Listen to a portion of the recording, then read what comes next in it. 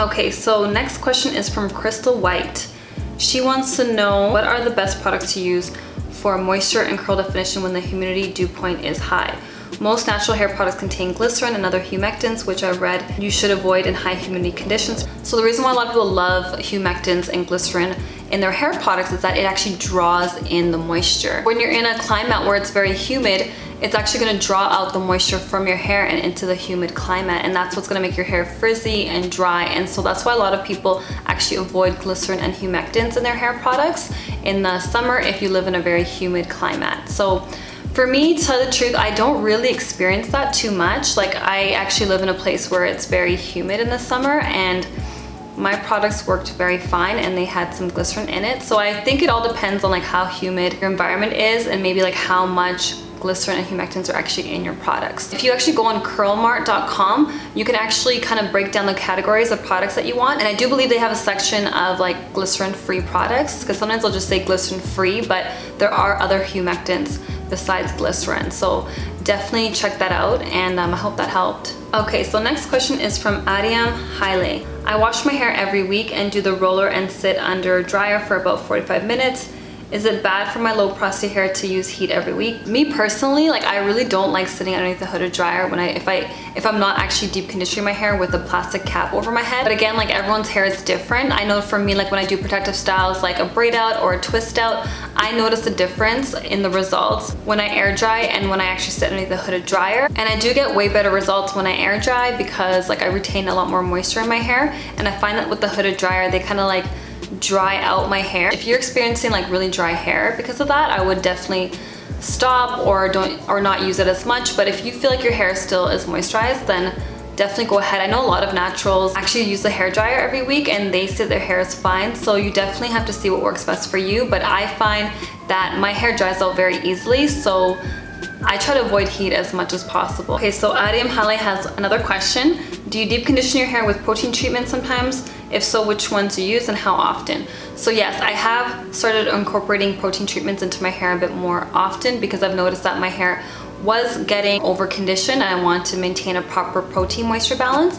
And I have been experimenting with protein treatments. So far I've used the Aphoghee 2-step and the Curlific texture one. I totally forgot the name of that one, but I'm gonna leave the links below. So far I really like those two, and I'm gonna experiment with more as well. So if you guys have any suggestions, let me know. I definitely put them into my regimen about like once a month now, or once every second month.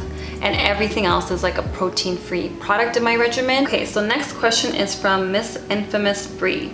Love your videos. Can you do a review of the Main Choice Heavenly Halo line? I actually do want to actually try out some more Main Choice products because I love their shampoo. Let me look into that Halo line a bit more and see if the ingredients work well with my hair, and then I will give it a try. Okay, so next question is from Jamila Lewis. Can you get damage from using a permanent black dye on your hair? Honestly, I used to dye my hair black all the time when I first went natural.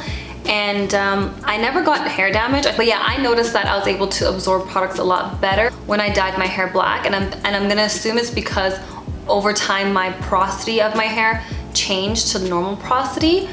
So it kind of like lifted my cuticles over time. It may possibly damage your hair. It's very, very hard to say, but any chemical you put in your hair over time has the potential to damage your hair. So you just gotta make sure that you have a very healthy hair care regimen. You're always deep conditioning your hair, you're adding in those protein treatments when needed, you're laying off on the heat tools, you're wrapping your hair at night, you're moisturizing your hair all the time, you're trimming your hair when you need to, and then maybe you can prevent damage if you wanna dye your hair. Okay, last question. Faith Love wants to know, I'm growing my natural hair about 1 year and 5 months, but my curl pattern changed. I want to get back my real curl pattern. I have very curly hair. So this can be honestly a number of things. Like, did your curl pattern change because you damaged your hair? If that's the case, then in most cases, you're gonna have to cut off those damaged ends and just incorporate a really healthy hair care regimen so you can get your natural curl pattern back. You can also try protein treatments to try to get your curls back. For me, that didn't work, but it also depends like what kind of damage that is. Or maybe you over conditioned your hair and you do need a protein treatment to get that strength back into your hair.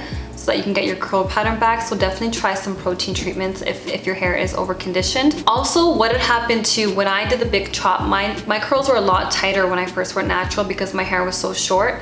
But I've noticed that when my hair grew out, because like my hair was longer and there was more weight pulling down my hair, my curls did loosen up a bit. And so that can also be the case too, because you said you know, you've been on your natural hair journey for a year and a half and maybe your hair has grown and it loosened out your curl pattern, so that can be the case as well. But with that, I think I would have to know a bit more information because it can be a number of things. Maybe you're stretching out your hair too much, you're always kind of pulling it back into a really tight ponytail, which has happened to me, and I actually permanently stretched out my curls and I had to cut them off. So maybe you want to like kind of stick to some wash and goes for a while to kind of get your curls back. Make sure you're moisturizing your hair, make sure you're using the right products, you're laying off on the heat, on the chemicals, and like you should be able to get your curls back. So those were all the questions. You guys gave me a lot of questions, and yeah, that was really fun. I hope I answered you guys' questions, and I will be doing like another Q&A maybe like in another month or so. So I hope this video was helpful. Thank you guys so much for watching, and I'll see you guys next time. Bye.